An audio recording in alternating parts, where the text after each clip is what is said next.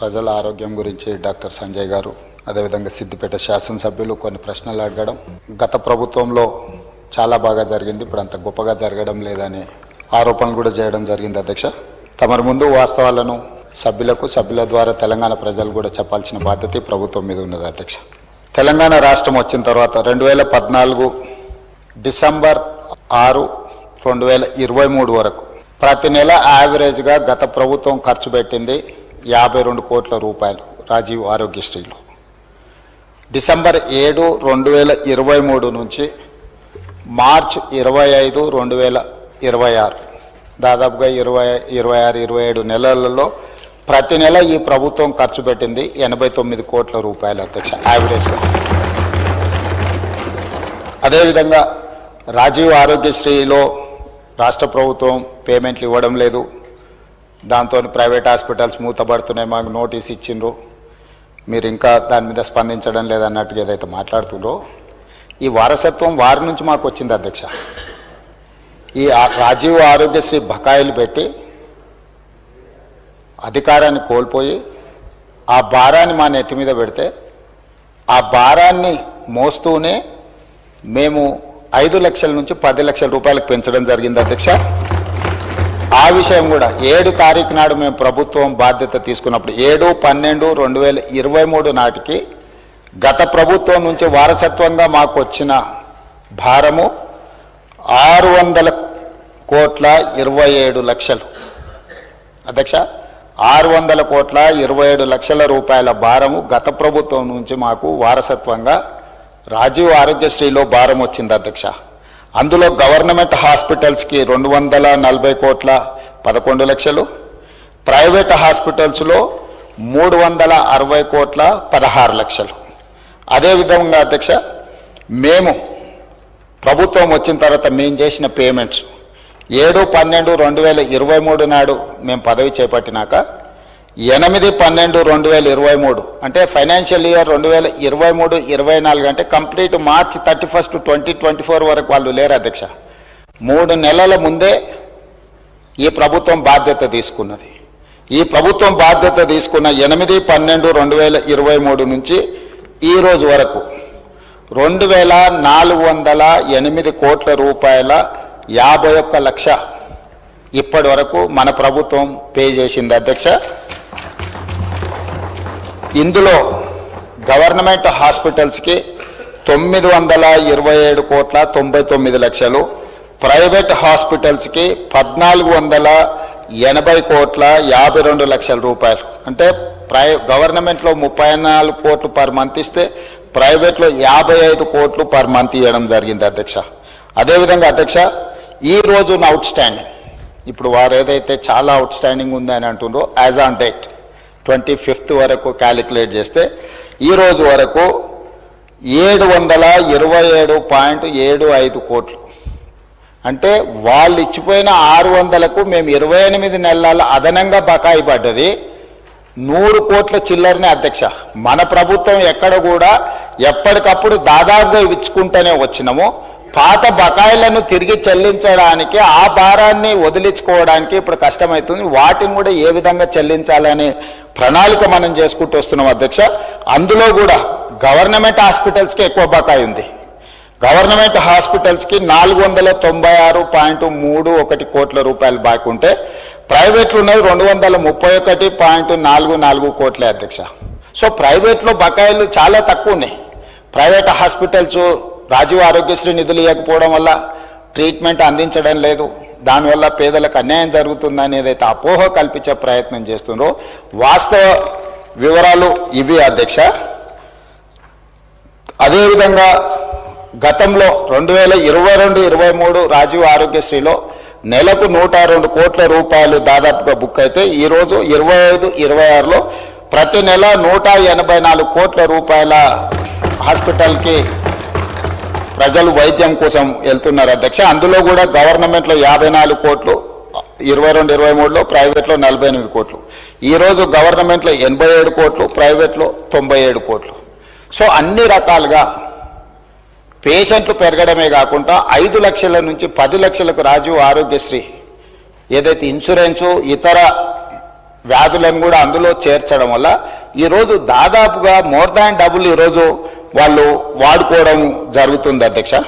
అదేవిధంగా ఈరోజు అంతకుముందు సీఎం రిలీఫ్ ఫండ్ ఒకసారి తీద్దాం అధ్యక్ష. సీఎం రిలీఫ్ ఫండ్ చెక్కులలో జరిగిన అవినీతి వెనకాల ఎవరు పిఏలు ఉన్నారు, ఎవరు ఆఫీసు సిబ్బంది ఉన్నారు, నిన్న మన కేసులు కావడము, ఇవన్నిటిని ఎవరైతే పేరు మీద చెక్కులు తీసుకెళ్ళి ప్రైవేట్ ఖాతాలలో వేసుకొని ఎట్లా సీఎం రిలీఫ్ ఫండ్ను దుర్వినియోగం చేసిండ్రో కేసులు ఉన్నాయి, విచారణ కూడా జరుగుతుంది అధ్యక్ష. కానీ మన ప్రభుత్వం వచ్చిన తర్వాత సీఎం రిలీఫ్ ఫండ్ కానీ రాజీవ్ ఆరోగ్యశ్రీ కానీ ఎమ్మెల్యేలకు ఆన్లైన్లో వెబ్సైట్ ఇచ్చేసి డైరెక్ట్గా ట్రాన్స్పరెంట్గా ఎవరైనా అప్లై చేసుకునే వెసులుబాటు కల్పించి క్లియర్గా ఇస్తున్నాము. మేము ఈరోజు సీఎం రిలీఫ్ ఫండ్ ఈ 27 నెలలలో 2046 కోట్ల రూపాయలు సీఎం రిలీఫ్ ఫండ్ ఇచ్చినాం అధ్యక్ష.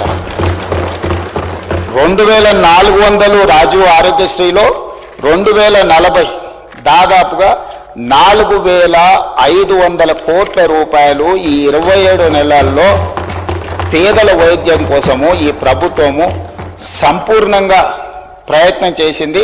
ఇది సరిపోతుందంటే ఇది సరిపోదు అధ్యక్ష. మేము ఎప్పుడు ఇది సరిపోయింది ఇంకా ఇది ఇంతకంటే ఎక్కువ చేయలేమంటలేం. అందుకే ఈరోజు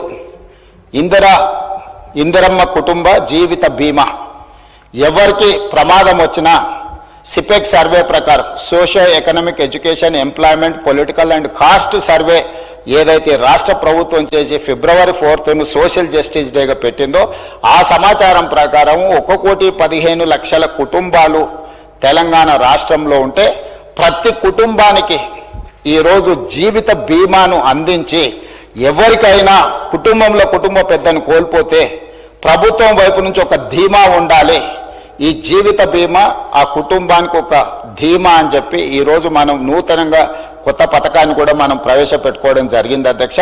ఈరోజు పేదలను ఆదుకోవడానికి అన్ని రకాల ప్రయత్నాలు చేయడమే కాకుండా ఈరోజు 35 గవర్నమెంట్ కాలేజెస్ ఉన్నాయి అధ్యక్ష. రాజీవ్ ఆరోగ్యశ్రీని భవిష్యత్తులో ఏవైతే టీచింగ్ కాలేజెస్ ఉన్నాయో, ఇక్కడ చాలామంది కాలేజీల యజమానులు ఉన్నారు, private medical colleges nursing colleges నడిపేవాళ్ళు. టీచింగ్ కాలేజెస్కి ఏమో పేషెంట్లు రావటం లేదు, చాలా వాటికి పేషెంట్లు పోయే దగ్గరనేమో ప్రొఫెషనల్స్ లేరు. దీన్ని ఆలోచన చేసి అందుకే దీని మీద వివరంగా ఇంకా చర్చ చేస్తాం. ప్రభుత్వం అన్ని స్థాయిలో మేము ఈరోజు అందరి నుంచి సమాచారం సేకరించినాం. ఏ ఏరియాలో అయితే టీచింగ్ కాలేజెస్ ఉన్నాయో పర్టికులర్గా మెడికల్ కాలేజీలు రాజీవ్ ఆరోగ్యశ్రీని మొత్తం ఆ మెడికల్ కాలేజీలకు పంపిస్తే అక్కడ చదువుకునే నర్సింగ్ కాలేజ్ స్టూడెంట్స్కైనా మెడికల్ కాలేజ్ స్టూడెంట్స్కైనా పీజీ చదువుకునేటోళ్ళకైనా ఫర్దర్ స్పెషలైజేషన్ చేసేటోళ్ళకైనా విరివిగా బాధితులు వచ్చినప్పుడు వాళ్ళను ట్రీట్ చేయడం ద్వారా వాళ్ళకి వర్క్ ఎక్స్పీరియన్స్ వస్తుంది. అదేవిధంగా Rajiv Aarogyasri CM relief funds కూడా వాటికే ఇస్తే ఆ హాస్పిటల్ల యొక్క నిర్వహణ మెడికల్ కాలేజీల యొక్క నిర్వహణ కూడా బెటర్గా ఉంటుంది. అందులో పనిచేసే డాక్టర్లు సర్జరీ చేస్తే వాళ్ళకి స్పెషల్ ఇన్సెంటివ్స్ ఇవ్వాలనుకుంటున్నాం అధ్యక్ష. ఈరోజు జీతభత్యాలకే పనిచేసే వాళ్ళు అప్పుడప్పుడు ప్రైవేట్ హాస్పిటల్స్లలో కూడా సర్జరీలు చేస్తున్నారు. వీటన్నిటినీ మనకు తెలుస్తూ ఉంది. అందుకే ఇప్పుడు ఏం ఆలోచన చేస్తుంది ప్రభుత్వం, ఈ టీచింగ్ కాలేజెస్లో చదువులు చెప్పే ఎవరైతే డాక్టర్స్ ఉన్నారో స్పెషలైజ్డ్ ఉన్నారో వాళ్ళు సర్జరీలు చేస్తే సర్జరీలకు వాళ్ళకి స్పెషల్ ఇన్సెంటివ్ ఇవ్వడం ద్వారా వాళ్ళని ప్రోత్సహించాలని ఈ Rajiv Aarogyasri CM relief fund ఇవన్నీ కూడా ఈ మెడికల్ కాలేజెస్కి ఎప్పుడైతే వెళ్తాయో నిధులు హాస్పిటల్ల నిర్వహణ చాలా పకడ్బందీగా జరుగుద్ది. రెండవది అదనంగా పనిచేసే వైద్యులకు అదనపు జీతభత్యాలు వస్తాయి. మూడవది ఈరోజు మనము పెద్ద చదువులు చదువుకున్న డాక్టర్లను హాస్పిటల్ల మేనేజ్మెంట్ కూడా వాళ్ళనే చూడమంటున్నాం. సో నర్సులు వచ్చిండ్రా, ఊడ్చే వాళ్ళు వచ్చిండ్రా, తూడ్చే వాళ్ళు వచ్చిండ్రా, మిగతా సిబ్బంది వచ్చిండ్రా లేదా అని పెద్ద డాక్టర్లు సూపరింటెండెంట్స్ చూడాలంటే వాళ్ళు చదువుకున్న చదువుకి వాళ్ళ మైండ్ సెట్కి వాళ్ళ వ్యవహార శైలికి ఇది సూట్ అవ్వడం లేదు. అందుకే ఈరోజు ఈ నిర్వహణ మొత్తం సపరేట్ చేసి దీనికి సపరేట్గా ఒక గ్రూప్ 1 ఆఫీసర్నో లేకపోతే ఒక గ్రూప్ 2 ఆఫీసర్నో ఇతర సిబ్బందిని పెట్టి ఈ సిబ్బంది యొక్క నిర్వహణ బాధ్యత మొత్తం ఒక వింగ్ అప్పచెప్పి పేషెంట్లకు ట్రీట్మెంట్ చేసే బాధ్యతను కంప్లీట్గా ప్రొఫెషనల్గా డాక్టర్లతో చేయించాలనుకుంటున్నాం.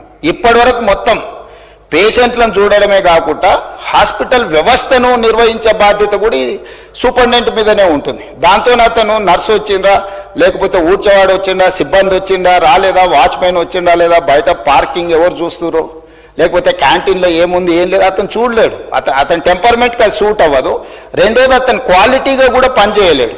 అతను లోపల సర్జరీ చేయాలన్నా, వచ్చిన పేషెంట్లను చూడాలన్నా, ఇన్ పేషెంట్లను చూడాలన్నా, అవుట్ పేషెంట్లను చూడాలన్నా, ఈ సమస్యలు ఉన్నాయి. కాబట్టి మన ప్రభుత్వం దీన్ని కూడా ఆలోచన చేసి ఈరోజు ఈ రెండు పనులను రెండింటిని సపరేట్గా ఈరోజు మనము డీల్ చేయాలనుకుంటున్నాం అధ్యక్ష.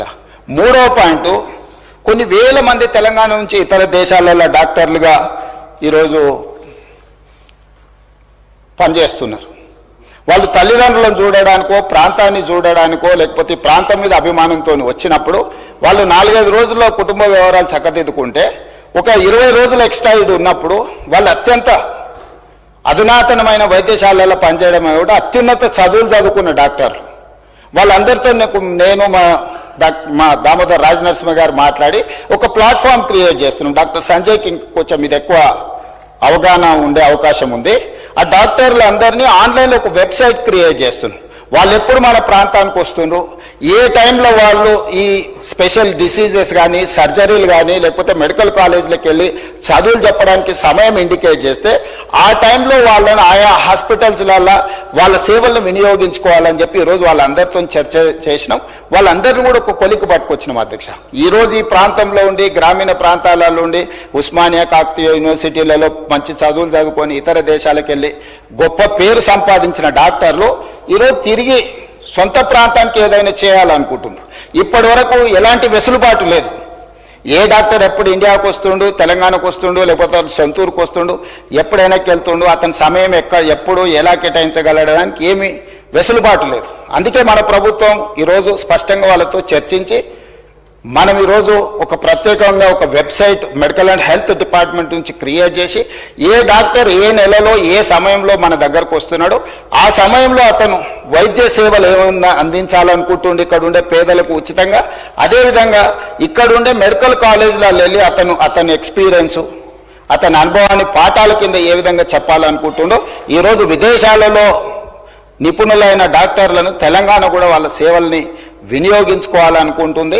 కాబట్టి వాటికి కూడా ఒక ప్రత్యేకమైన ఏర్పాట్లను చేస్తున్నాం అధ్యక్ష. అదేవిధంగా టీమ్స్ ఈరోజు వరంగల్లో కానీ, అల్వాల్లో కానీ, లేకపోతే ఎల్బీ నగర్లో కానీ, సనత్ నగర్లో కానీ, నిమ్స్ కానీ వీటన్నిటిని కూడా స్పెషలైజ్డ్ హాస్పిటల్స్ కింద చేయడమే కాకుండా ఈ CM relief fund, Rajiv Aarogyasri, LOC ఈరోజు ఇప్పుడు ముందుగానే మనం లెటర్ ఇవ్వాల్సిన పరిస్థితి. ఇప్పుడు ఓన్లీ నిమ్స్కే ఇస్తున్నాం నాకు తెలిసినంత వరకు. సో ముందస్తుగా ఎవరికైనా ఇబ్బంది వచ్చినప్పుడు వైద్య సహాయం అందించాలి అంటే నిమ్స్కి తప్ప మనం ఎల్ఓసి ఇస్తలేం. ఎందుకంటే ప్రైవేట్ హాస్పిటల్స్కి ఇస్తే మిస్యూజ్ అవుతుందని రకరకాల ఆరోపణలు, ఇవన్నీ కొన్ని సమస్యలు ఉన్నాయి. అందుకోసమని ఈరోజు ఈ హాస్పిటల్స్ని అన్నిటిని కూడా బాగా చేసి రాజీవ్ ఆరోగ్యశ్రీ ద్వారా కానీ, సీఎం రిలీఫ్ ఫండ్ ద్వారా ఏదైతే మనం ఫండ్స్ ప్రైవేట్ హాస్పిటల్స్కి ఇస్తున్నామో ఈ నిధులను కూడా ఈరోజు సనత్ నగర్, అల్వాల్, ఎల్బీ నగర్, అదేవిధంగా ఉస్మానియా యూనివర్సిటీకి ఈరోజు ఎన్నో ఏళ్ళ నుంచి మీకు తెలుసు ఉస్మానియా హాస్పిటల్ 100 సంవత్సరాల పైబడ్డది, ఇంకా అక్కడే ఉంది. దాన్ని ఇతర ప్రాంతాలలో నిర్మించాలంటే రకరకాల వివాదాలు జరిగినాయి. ఉన్న హెరిటేజ్ బిల్డింగ్ను కూడా గత ప్రభుత్వం కూలగొట్టాలనుకొని రకరకాల చర్చలు జరిగినాయి. నేను వివాదాల జోలికి వెళ్ళదలుచుకోలేదు. ఈరోజు గోషమహల్లో 30 ఎకరాలలో 3,000 కోట్ల రూపాయలతో ఉస్మానియా నూతన భవనాన్ని ఈరోజు 2,000 పడకలతో మనం నిర్మించుకునే పనులు మొదలుపెట్టిన పనులు వేగంగా జరుగుతూ ఉన్నాయి. ఈరోజు గాంధీ హాస్పిటల్, వరంగల్ హాస్పిటల్ వీటన్నిటిని కూడా పూర్తి స్థాయిలో నిర్మాణం చేసి ఒక 10,000 పడకల ఆసుపత్రులు ఈరోజు 10,000 పడకలు అదనంగా ఈరోజు వినియోగంలోకి పేదలకు సేవలు అందించడానికి, వైద్యం అందించడానికి అందుబాటులో వస్తున్నాయి. వీటన్నిటిని కూడా ప్రభుత్వము ఈ సీఎం రిలీఫ్ ఫండ్ కావచ్చు, రాజీవ్ ఆరోగ్యశ్రీ కావచ్చు, వీటన్నిటిని నిధులను వాటికిచ్చి వాటిని కూడా పేదలకు అన్ని రకాల వైద్య సేవలను అందించడానికి ఈరోజు వాటిని కూడా ప్రభుత్వం వినియోగంలోకి తీసుకురావాలని, వేగంగా పనులను పూర్తి చేయాలని గతంలో జరిగిన ఎన్నో నిర్ణయాలను నేను రాజకీయంగా విమర్శించదలుచుకోలేదు. కానీ వాళ్ళకి తెలుసు నిజమేందో, నేను చెప్పాల్సిన అవసరం లేదు. కాబట్టి వీటిని సర్దిద్దుకుంటూ ఒక దారిలో పెట్టి ఒక ప్రయత్నం చేసి దామోదర్ రాజనరసింహ గారు ఎడ్యుకేషన్ అండ్ ఇంజనీర్ కానీ by nature is an doctor, social doctor. అంటే సామాన్య సోషల్ డాక్టర్ అంటే పేదవాడికి ఏం సమస్య వస్తుంది, ఆ సమస్యకు ఏం వైద్యం అందించాలని సంపూర్ణంగా అవగాహన ఉన్న దామోదర్ రాజనరసింహ గారిని నేనే స్వయంగా ఈ శాఖ మీరు నిర్వహించాలని పర్సనల్గా వారిని పిలిచి, ఎందుకంటే ఈ శాఖ చాలా విస్తృతమైన సబ్జెక్ట్, ఇదంత ఆశమాసిగా అర్థమయ్యేది కాదు. అర్థమైనా కూడా ఎవ్రీడే ఒక కొత్త ఛాలెంజ్ వస్తుంది. ఒకప్పుడు గత్తర ఉండే, మలేరియా ఉండే, రకరకాల జబ్బులు వచ్చినాయి, సడన్గా మన కోవిడ్ వచ్చింది. లేదు ఇట్లా ఎప్పటికప్పుడు ఏ రకమైన జబ్బులు సమాజంలో ఎట్లొస్తున్నాయి, ఎందుకు వస్తున్నాయి ఎవరికీ తెలియదు. రకరకాల ఇవి అంటే ఈ ఛాలెంజెస్ని ఎప్పటికప్పటికి మంత్రితో పాటు అధికారులు కూడా ఎప్పటికప్పుడు నేర్చుకోవాల్సిన సబ్జెక్ట్. మిగతా ఇష్యూస్ కంటే కూడా, ఐటీ పరిశ్రమల కంటే కూడా మెడికల్ అండ్ హెల్త్ అనేది ఒక ఛాలెంజ్. ఈ ఛాలెంజ్ని ఎప్పటికప్పుడు చదివితే తప్ప, రోజు పరీక్షకు ఐఏఎస్ ప్రిపేర్ అయినట్టు మంత్రి ఆ రేంజ్లో ప్రిపేర్ అయ్యి అర్థం చేసుకుంటే తప్ప మన పేదలకు వైద్యం అందించలేని పరిస్థితి. అందుకే క్వాలిఫైడ్ పర్సన్ ఈరోజు మనకు ఆ శాఖను నిర్వహిస్తున్నాడు. వారు ఇచ్చిన సూచనలు డెఫినెట్గా తప్పకుండా దాంట్లో ఏమేమి ప్రజలకు ఉపయోగపడుతుందో వాటన్నిటినీ స్వీకరిస్తాం. ఇంకా వారు చాలా మీటింగులు కూడా ఏర్పాటు చేసిండ్రు మంత్రి గారు. భవిష్యత్తులో కూడా ఈ అన్ని రిఫార్మ్స్ తీసుకురావాలనుకుంటున్నాం. ఇంకేమైనా సూచనలు ఇచ్చినా తప్పకుండా వాటిని ప్రభుత్వం తీసుకుంటుంది. ఏదేమైనా ఈ రాష్ట్ర ప్రభుత్వం యొక్క ప్రాధాన్యము విద్య, పేదల వైద్యం, ఈ రెండింటి మీద ప్రత్యేకమైన ఫోకస్ పెట్టి, ఈరోజు ఒకప్పుడు భోజనం లేదు కానీ ఈరోజు భోజనం వచ్చింది కానీ న్యూట్రిషన్ ఫుడ్ లేదు. సో ఈరోజు ప్రజలకు న్యూట్రిషన్ ఫుడ్ అందించాలనుకుంటున్నాం. ఒకప్పుడు విద్య లేదు, విద్య అన్ని ప్రాంతాలకు వచ్చింది కానీ క్వాలిటీ ఎడ్యుకేషన్, స్కిల్ ఎడ్యుకేషన్ లేదు. సో అందుకే ఈరోజు నర్సరీ నుంచి 12th క్లాస్ వరకు విద్యాపరంగా కానీ వైద్యపరంగా కూడా ప్రైమరీ హెల్త్ సెంటర్ నుంచి స్పెషలైజ్డ్ హాస్పిటల్స్ వరకు ఒక ప్రత్యేక ప్రణాళిక తీసుకొని ముందుకు వెళ్తున్నాం. డెఫినెట్గా సభ్యులు ఏదైతే సూచనలు చేసినరో, కన్సర్న్ ఎక్స్పర్ట్స్ చేసినరో పేదల వైద్యం కోసం, డెఫినెట్గా ఈ ప్రభుత్వం వాటన్నిటి మీద దృష్టి పెడుతుంది. ప్రభుత్వం ఈ కొన్ని విషయాలలో నిధుల సమస్యలు ఎన్నున్నా ఇంకెక్కడైనా కోతలు విధిస్తాం కానీ పేదల విద్య విషయంలో, పేదల వైద్యం విషయంలో ఒక్క రూపాయి కూడా కోత విధించాం. అవసరమైన మేరకు నిధులను అందించి ఒక మంచి రోల్ మోడల్గా రాష్ట్రాన్ని ముందుకు తీసుకెళ్తామని తమ ద్వారా సభ్యులకు తెలియజేస్తున్నా అధ్యక్ష.